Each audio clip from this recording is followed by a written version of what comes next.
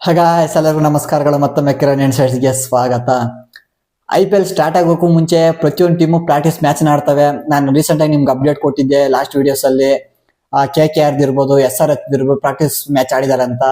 ಈಗ ನಮ್ಮ RCBನೂ practice match ಆಡಿದೆ. ಹೌದು, ನಮ್ಮ RCBನೇ ಅಫಿಷಿಯಲ್ ಆಗಿ ಅಪ್ಲೋಡ್ ಮಾಡಿದೆ. ಇನ್ಸ್ಟಾಗ್ರಾಮ್ ಅಲ್ಲಿ ಇರ್ಬೋದು ಮತ್ತೆ ಯೂಟ್ಯೂಬ್ ಅಲ್ಲಿ ಇರ್ಬೋದು, ನೋಡಿ ಪ್ರಾಕ್ಟೀಸ್ ಮ್ಯಾಚಸ್ ನ ವಿಡಿಯೋ ಅಪ್ಲೋಡ್ ಮಾಡಿದೆ.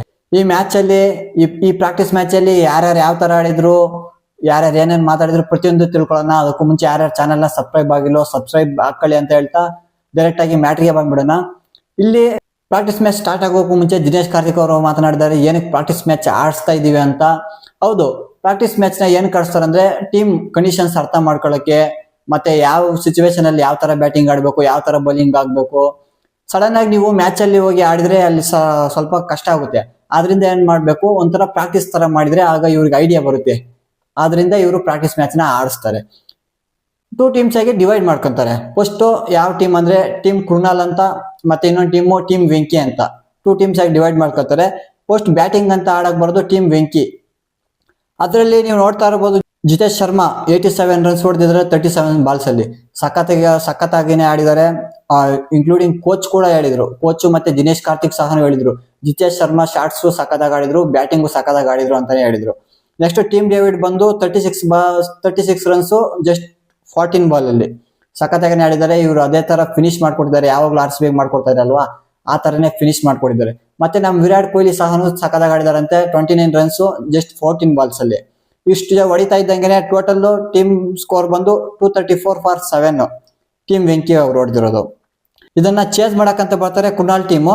ಅದರಲ್ಲಿ ದೇವದತ್ ಪಡಿಕಲ್ 33 ಬಾಲ್ 63 ರನ್ಸ್ ಹೊಡಿತಾರಂತೆ. ಸಖತ್ತಾಗಿ ಆಡಿದ್ದಾರೆ. ಬ್ಯಾಟಿಂಗ್ ಅಂತೂ ಇವ್ರು ಇದೇ ಫಾರ್ಮ್ ನ ಕಂಟಿನ್ಯೂ ಮಾಡ್ಲಿ. ಈ ರೀಸೆಂಟ್ ಆಗಂತೂ ಸಬ್ಲೈನ್ ಫಾರ್ಮ್ ಅಲ್ಲಿ ಇದಾರೆ ದೇವದತ್ ಪಡಿಕಲ್. ನೆಕ್ಸ್ಟ್ ಕೃಣಾಲ್ ಪಾಂಡ್ಯ, ಅವರು ಜಸ್ಟ್ 33 ಬಾಲ್ಸ್ ಅಲ್ಲಿ 58 ರನ್ಸ್ ಹೊಡೆದಿದ್ದಾರೆ. ಇವರು ಸಖತ್ತಾಗಿ ಆಡಿದ್ದಾರೆ.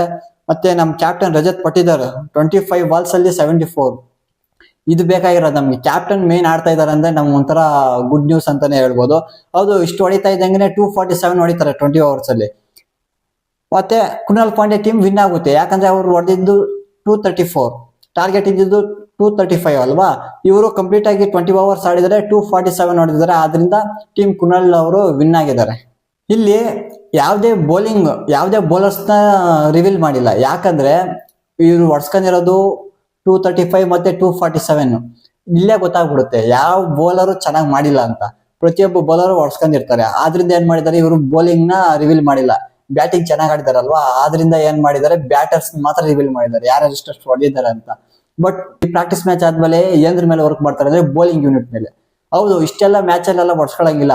ಆದ್ರಿಂದ ಏನ್ ಮಾಡ್ತಾರೆ ಅಂದ್ರೆ ಜಾಸ್ತಿ ವರ್ಕ್ ಮಾಡೋದು ಯಾವ್ದ್ರ ಮೇಲೆ ಅಂದ್ರೆ ಬೌಲಿಂಗ್ ಮೇಲೆ. ದಿನೇಶ್ ಕಾರ್ತಿಕ್ ಮತ್ತೆ ಆಂಡಿ ಪ್ಲೇ ಅವರಿಬ್ರು ಮಾತಾಡ್ಕೊಂಡು ಬೌಲಿಂಗ್ ಯೂನಿಟ್ ಮೇಲೆ ಜಾಸ್ತಿ ವರ್ಕ್ ಮಾಡಿಸ್ತಾರೆ, ಚೆನ್ನಾಗಿ ಮಾಡೋ ತರ ಮಾಡ್ತಾರೆ. ಮತ್ತೆ ನಮ್ಮ ಪ್ರತಿಯೊಬ್ಬ RCB ಬ್ಯಾಟ್ಸ್ಮನ್ಸ್ ಸಖತ್ತಾಗಿ ಆಡಿದ್ದಾರೆ. ಇದೇ ತರ ಮುಂದೆ ಬರೋ ಮ್ಯಾಚಸ್ ಅಲ್ಲೂ ಇದೇ ತರ ಆಡ್ಲಿ ಅಂತ ಹೇಳ್ತಾ, ವಿಡಿಯೋ ಇಷ್ಟ ಆಗಿದೆ ಅನ್ಕೋತೀನಿ. ವಿಡಿಯೋ ಇಷ್ಟ ಆಗಿದ್ರೆ ಲೈಕ್ ಮಾಡಿ, ಶೇರ್ ಮಾಡಿ, ಸಬ್ಸ್ಕ್ರೈಬ್ ಮಾಡ್ಕೊಳ್ಳಿ. ಮತ್ತೆ ಸಿಗೋಣ ಮುಂದಿನ ವಿಡಿಯೋದಲ್ಲಿ. ಅಲ್ಲಿ ತನಕ ಯೋಗ ಟೇಕ್ ಕೇರ್, ಬಾಯ್.